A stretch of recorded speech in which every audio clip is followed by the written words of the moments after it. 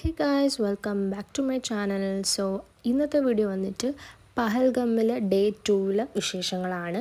അപ്പോൾ രാവിലെ തന്നെ നമ്മൾ റിസോർട്ടിൽ നിന്ന് ഇറങ്ങി നേരെ പോകുന്നത് ചന്ദൻവാരി എന്ന് പറയുന്ന ഒരു ലൊക്കേഷനിലോട്ടാണ്. അത് പഹൽഗമിൽ നിന്ന് ഏകദേശം ഒരു മണിക്കൂറൊക്കെ ഉള്ളൂ ആ ഒരു സൈറ്റിലേക്ക് പോകാനായിട്ട്. ഈ ഒരു ട്രിപ്പ് വളരെ ബോർ ട്രിപ്പായിരുന്നു. പക്ഷേ സീനറീസിൻ്റെ കാര്യത്തിലൊക്കെ വളരെ ഓക്കെ ആയിരുന്നു, നല്ല രസമൊക്കെ ആയിരുന്നു.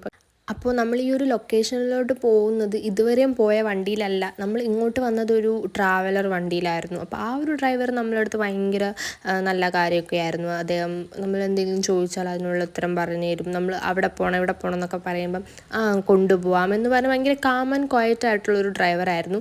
പക്ഷേ ഈ ഒരു ഡേയിൽ ഡ്രൈവർ എന്ന് പറഞ്ഞാൽ ഭയങ്കര ബോറൻ ഡ്രൈവറായിരുന്നു. അങ്ങനെ ഇങ്ങനെ എന്തൊക്കെയോ പറഞ്ഞു കിടക്കുവാണ്. നമുക്ക് ഒരു കാര്യം ചെയ്യാൻ താല്പര്യമില്ല എന്ന് പറയുന്നതോറും അയാൾ നമ്മൾ നിർബന്ധിച്ചുകൊണ്ടിരിക്കുക. അതെന്താ ചെയ്യാത്തത്. അപ്പോൾ നമ്മൾ പറഞ്ഞു നമുക്ക് കുറച്ച് പേർക്ക് വയ്യ, അതുകൊണ്ട് നമ്മൾ അതിനനുസരിച്ചാണ് നമ്മൾ ഇന്നത്തെ ട്രാവൽ നമ്മൾ ഡിസൈഡ് ചെയ്തതെന്ന് പറഞ്ഞപ്പോൾ അയാൾ അതൊന്നും ശ്രദ്ധിക്കുന്നില്ല. നമ്മളടുത്ത് ഇങ്ങനെ അടി ഉണ്ടാക്കാൻ വരുമോ, അതെന്താ പോവാത്തത് എന്ന് വെച്ചാൽ നമുക്ക് ഈ കുതിരയിൽ കയറുന്ന സംഭവം നമുക്ക് താല്പര്യമില്ലായിരുന്നു. പക്ഷെ ആ ഒരു കാര്യം ഇങ്ങനെ തുടർച്ചയായിട്ട് ഇങ്ങനെ ചോദിച്ചുകൊണ്ടിരിക്കുക, അതെന്താ ചെയ്യാത്തതെന്ന് പറഞ്ഞ് കുറേ വഴക്കൊക്കെ ഉണ്ടാക്കി. അങ്ങനെ ആകെ ബോറാക്കി നമ്മൾ ആ ഒരു ട്രിപ്പ്. പിന്നെ ഈ ഒരു സീനറി എന്ന് പറഞ്ഞാൽ നല്ല രസമായിരുന്നു. ആ ഒരു പഹൽഗമിൽ നിന്ന് ചന്ദൻവാരി എന്ന് പറയുന്നത് ഒരു ഹിൽ ലൊക്കേഷനാണ്. കുറച്ച് നല്ല രീതിക്ക് മുകളിലോട്ട് കയറണം, മലമുകളിലോട്ടാണ് ആ ഒരു സൈറ്റ് എന്ന് പറയുന്നത്. അതിൻ്റെ ആ ഒരു സീനറീസ് എന്ന് പറഞ്ഞാൽ ഭയങ്കര ബ്യൂട്ടിഫുൾ ആയിരുന്നു.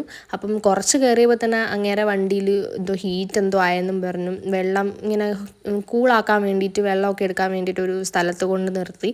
അപ്പം നമ്മൾ കുറച്ച് വെളിയിൽ നിന്ന് കുറച്ച് ഫോട്ടോസും വീഡിയോസും ഒക്കെ എടുത്തു. പിന്നെ വീണ്ടും ജേർണി സ്റ്റാർട്ട് ചെയ്തു. ഭയങ്കര ബോറ് ഡ്രൈവർ ആയതുകൊണ്ടായിരുന്നു ഈ ഒരു ട്രിപ്പ് തന്നെ ആകെ കുളമായി. എന്ന് വെച്ചാൽ നമുക്കൊരു മനസമാധാനമായിട്ട് എന്തെങ്കിലും സംസാരിക്കാനോ ഒന്നും പറ്റില്ല. അയാളിങ്ങനെ എന്തൊക്കെയോ പറഞ്ഞുകൊണ്ടിരിക്കുക. അപ്പോൾ ഇതാണ് ആ ഒരു സൈറ്റിലെ സീനും കാര്യങ്ങളൊക്കെ എന്ന് പറയുന്നത്. അവിടെ കുറച്ച് നേരം മാത്രമേ നിൽക്കാൻ പറ്റിയിട്ടുണ്ടായിരുന്നുള്ളൂ. പക്ഷേ എന്നാലും നല്ല രീതിക്ക് എൻജോയ് ചെയ്തു.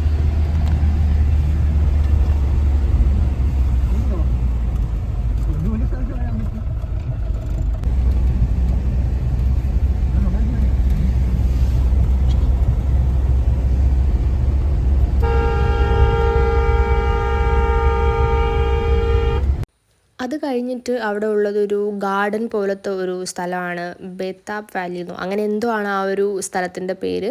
അവിടെയും കുറേ ഫോട്ടോസ് എടുക്കാം, വീഡിയോസ് എടുക്കാം. പിന്നെ റീൽസൊക്കെ എടുക്കുന്നവർക്ക് അത് ഭയങ്കര ഒരു ബ്ലെസ്സിങ് ആണ്, അങ്ങനെ ഒരു സ്ഥലത്ത് വന്ന് റീൽസ് എടുക്കുക എന്ന് പറയുന്നത്. അവിടെ നമ്മൾ കുറച്ച് നേരം സ്പെൻഡ് ചെയ്തിട്ട് പിന്നെ നമ്മൾ തിരിച്ച് നമ്മളെ യാത്ര തുടരുകയാണ് ചെയ്തത്. അപ്പോൾ അവിടെ ഇങ്ങനെ ഈ പുഴ പോലത്തെ ഒരു സംഭവമൊക്കെ ഉണ്ട്, നല്ല രസമാണ്. പിന്നെ സൈഡിലൊക്കെ ഈ ആടിനെയൊക്കെ അവർ ഒരുക്കി നിർത്തിയിട്ട് കൂളിംഗ് ഗ്ലാസ്സൊക്കെ വെച്ചിട്ട് ഇങ്ങനെ ഫോട്ടോ എടുപ്പിക്കുകയൊക്കെ ചെയ്യുന്നുണ്ടായിരുന്നു, നല്ല രസമായിരുന്നു. അത് കഴിഞ്ഞിട്ട് പിന്നെ നമ്മൾ അവിടെ നിന്ന് പഹൽഗമിൽ നിന്ന് തിരിച്ച് ശ്രീനഗറിലോട്ട് വന്നു. ശ്രീനഗറിൽ ഇന്നത്തെ ആ ഒരു പരിപാടി എന്ന് പറയുന്നത് ദാൽ ലേക്കിലെ ഹൗസ് ബോട്ടാണ്.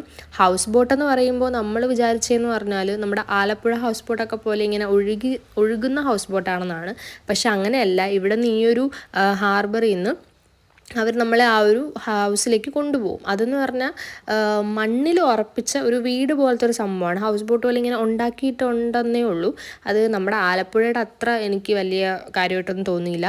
അപ്പോൾ നമ്മൾ ഈ കേരളത്തിൽ കിടക്കുന്നവർ ഈ ദാൽ ലേക്കിലെ ഹൗസ് ബോട്ടിൽ പോകുന്നത് വെറും നഷ്ടമാണ്. പിന്നെ നമുക്ക് ജസ്റ്റ് ഒന്ന് എൻജോയ് ചെയ്യാം, ആ ഒരു സീനറീസും കാര്യങ്ങളൊക്കെ കാണാം, ആ ഒരു ഡേ അങ്ങനെ ഒന്ന് സ്പെൻഡ് ചെയ്യാമെന്നുള്ളത് മാത്രമേ ഉള്ളൂ.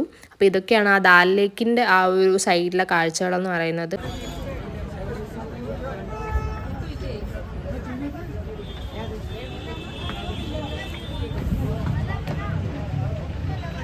അവിടെ ചെന്നിറങ്ങിയിട്ട് മുന്നാബായി എന്ന് പറയുന്ന ഒരാളാണ് നമ്മുടെ കോൺട്രാക്ടർ എന്ന് പറയുന്നത്. ആ ആളാണ് നമ്മളെ ഹൗസ് ബോട്ടിൻ്റെ അവിടം വരെ കൊണ്ടുപോകുന്നത്. ആ ആൾക്കായിരുന്നു ഉള്ള കോൺട്രാക്റ്റ് മൊത്തം. അതുകൊണ്ട് തന്നെ കുറേ നേരം അവിടെ വെയിറ്റ് ചെയ്യേണ്ടി വന്നു. വെയിറ്റ് ചെയ്തിട്ടാണ് നമുക്ക് ഈ ഒരു ഹൗസ് ബോട്ടിലേക്ക് പോകാനുള്ള ആ ഒരു ടൈം വന്നെത്തിയത്. അത് ഭയങ്കര ബോറിംഗ് ആയിരുന്നു. കാരണം നമ്മൾ ഇത്രയും യാത്ര ചെയ്ത് ക്ഷീണിച്ച് വന്നതിന് ശേഷം അവിടെ നിന്ന് വെയിറ്റ് ചെയ്യുക എന്നൊക്കെ പറയുന്നത് ഭയങ്കര ബുദ്ധിമുട്ടായിരുന്നു. അതിനുശേഷം ഇങ്ങനെ നമുക്ക് ഈ വെള്ളത്തിലൂടെ ഇങ്ങനെ പോകാം. ഇതാണ് നമ്മുടെ ഹൗസ് ബോട്ട്. ഈ ഹൗസ് ബോട്ടെന്ന് നമ്മളിങ്ങനെ കേട്ടപ്പോൾ ആദ്യം വിചാരിച്ചതെന്ന് പറഞ്ഞാൽ ഒഴുകുന്ന ഹൗസ് ബോട്ടെന്നാണ്. പക്ഷേ ഇത് സ്റ്റില്ലാണ്. ഇതൊരു മണ്ണിൽ ഉറപ്പിച്ച ഒരു വീട് പോലത്തെ ഹൗസ് ബോട്ട് പോലെ പറയുന്ന ഒരു സംഭവമാണ്. അപ്പോൾ ഇതാണ് ഹൗസ് ബോട്ടിൻ്റെ അകത്തുള്ള സീൻസൊക്കെ എന്ന് പറയുന്നത്. ബെഡ്റൂമൊക്കെ കൊള്ളായിരുന്നു, നല്ല രസമായിരുന്നു. പിന്നെ എന്താ അവിടുത്തെ ഫുഡിനെ പറ്റി പറയുകയാണെങ്കിൽ ഒരു ബോട്ടിൽ വാട്ടറിന് വരെ 50 റുപ്പീസായിരുന്നു അവർ തന്നിരുന്നത്. അങ്ങനെ പിന്നെ നമ്മളതൊക്കെ വാങ്ങിച്ചു. എന്തായാലും വെള്ളം കുടിക്കാതെ കിടക്കാൻ പറ്റില്ലല്ലോ. അങ്ങനെ ഭയങ്കര തട്ടിപ്പായിരുന്നു. തട്ടിപ്പെന്ന് പറഞ്ഞാൽ കത്തി വിലയാണ് ഇവിടെ ഫുള്ളും. എന്ത് വേണമെങ്കിലും നമ്മൾ പൈസ കൊടുത്ത് തന്നെ വാങ്ങണം. അവർ എക്സ്ട്രാ ഒന്നും പ്രൊവൈഡ് ചെയ്തില്ല. നമുക്ക് ആ ഒരു പ്രൈസിന്, അതായത് നമ്മളിവിടെ കൊടുത്ത പൈസയ്ക്ക് അത്രയും നല്ല ഫുഡൊന്നും കിട്ടിയെന്നുണ്ടായിരുന്നില്ല. അങ്ങനെ കുഴപ്പമില്ലായിരുന്നു. നമ്മൾ എത്തിയ സമയം ഒരു വൈകുന്നേര സമയമായിരുന്നു. നമ്മൾ കുറച്ച് സീൻസൊക്കെ ഇങ്ങനെ കണ്ട് ആസ്വദിച്ചതിന് ശേഷം നമ്മൾ പിന്നെ പോയി കിടന്നുറങ്ങുകയാണ് ചെയ്തത്.